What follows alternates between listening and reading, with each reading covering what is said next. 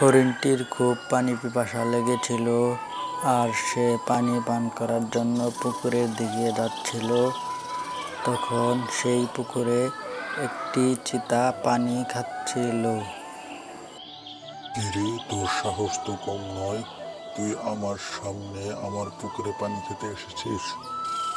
বাঘ ভাই, আমার খুব পানি পিপাসা লেগেছে, দয়া করে আমাকে খেও না, আমাকে পানি পান করতে দাও। আচ্ছা, তোকে আমি পানি পান করতে দিব, তবে একটা শর্ত আছে। তুই সবাইকে বল এই ভিডিওতে একটি লাইক ও সাবস্ক্রাইব করে দিতে।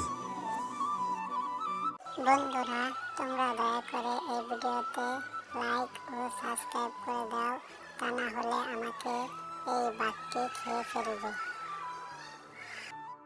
তোমরা যদি এই ভিডিওতে লাইক ও সাবস্ক্রাইব করো তাহলে এই হরিণটিকে আমি ছেড়ে দিব, কথা দিলাম।